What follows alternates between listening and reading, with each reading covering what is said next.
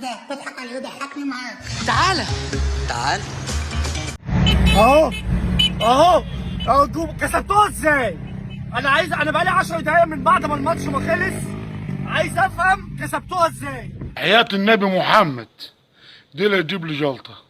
الدنيا تمام، الدنيا متظبطه، بتلعبوا هناك في محمد الخامس والوداد جابت في مصر جون والدنيا تمام، يعني فرصه الوداد انها تكسب بالهبل. يحصل ايه؟ يحصل الخازوق يطلع، لازم. بلا صياح ارجوكم، بلا صياح، الوضع ريلاكس خلاص. لازم احنا نتنكد، ما انا قاعد بحور مع اصحابي، انا كنت قاعد بتفرج مع الماتش دلوقتي وعمال اقول لهم كلنا بنشجع الاهلي عادي حتى احنا زملكاويه. لا انا كداب، مش محتاجه حاجه يعني. انا عايز الاهلي يخسر، ما عندناش حاجه ثانيه ينفع تفرحنا غير الاهلي يخسر، ما بنلعبش في حاجه خلاص. اكيد انا مش هبقى مبسوط وانتوا عمالين تكسبوا واحنا بننافس على الرابع عندنا في الدوري.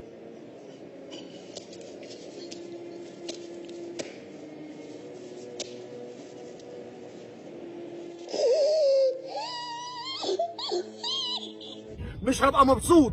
يحصل ايه بقى؟ الدنيا تمام، الجمهور يطلع يجري دلوقتي اهو ويقعدوا تبقوا مبسوطين وفرحانين. ليه؟ ما هو 1-0 الشوط الاول خلص، الوداد كسبانه 1-0. الدنيا يا عم انت بتحرق دمي خلاص.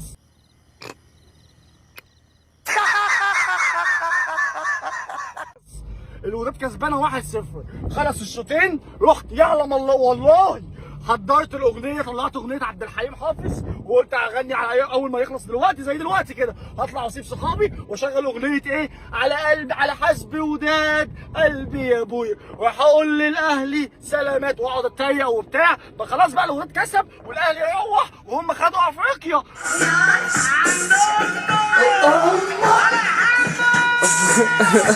رحت جاي مطلع صورة وداد بتاع جعفر العمدة وقلت هعمل كوميك، ما حصلش، هروق بيه واروش على اصحابي وابهدلهم وانزله على النت على نفس البيج اللي هينزل عليها الفيديو دلوقتي. هتبقى عباره عن ايه؟ صورة وداد وهي بترقص وفرحانه، وصورة سيد، فاكرين سيد العمدة، وهحط عليها اسمة الاهلي وهو زعلان، ووداد هحط امسكها ايه؟ كاس افريقيا. ما حصلش. وزيطنا وزيط نفسي والله زيط نفسي. مفيش حاجه تكمل ليه؟ سالكه ازاي معاكوا كده؟ الله اكبر على انا. سالكه احنا الدنيا. وبعدين ايه ال11؟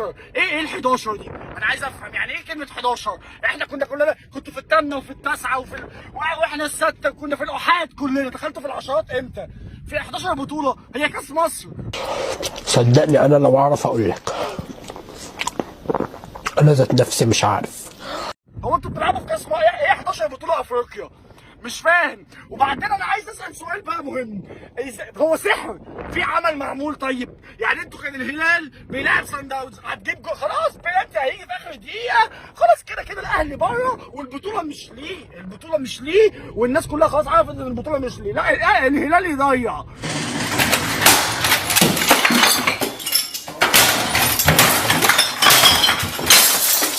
اللعيب دلوقتي يهبل عشان ايه؟ الاهلي يصعد.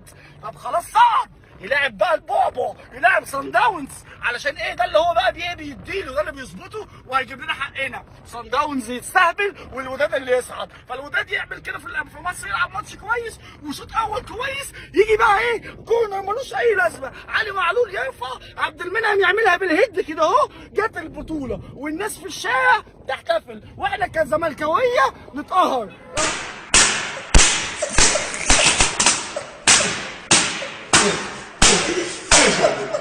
اما ده انا من عيله يا بيه ومن بيه يا استاذ عمر، ولا شايف حد في مصر كلها قدامي عشان تبقى عارف. طيب. ده انا بيه ابن بيه اهو. افرحوا يا جماعه، افرحوا، مبروك ال11.